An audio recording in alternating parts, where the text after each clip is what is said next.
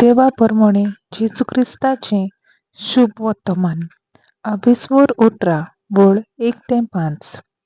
एकदम शिसांनी जेजूशी येवन विचारलें, स्वर्गा राज्यांत सगळ्यावन व्हड कोण?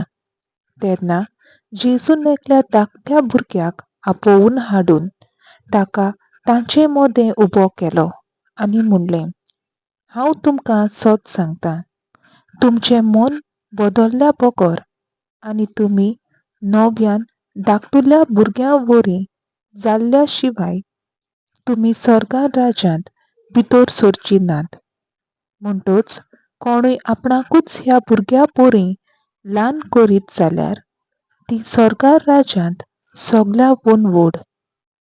एका धाकटुल्या असल्या भुरग्याक कोण म्हज्या नांवान घेत जाल्यार ती म्हाकाच घेतात. देवाचें उतर हें. देवाचो व्हड उपकार.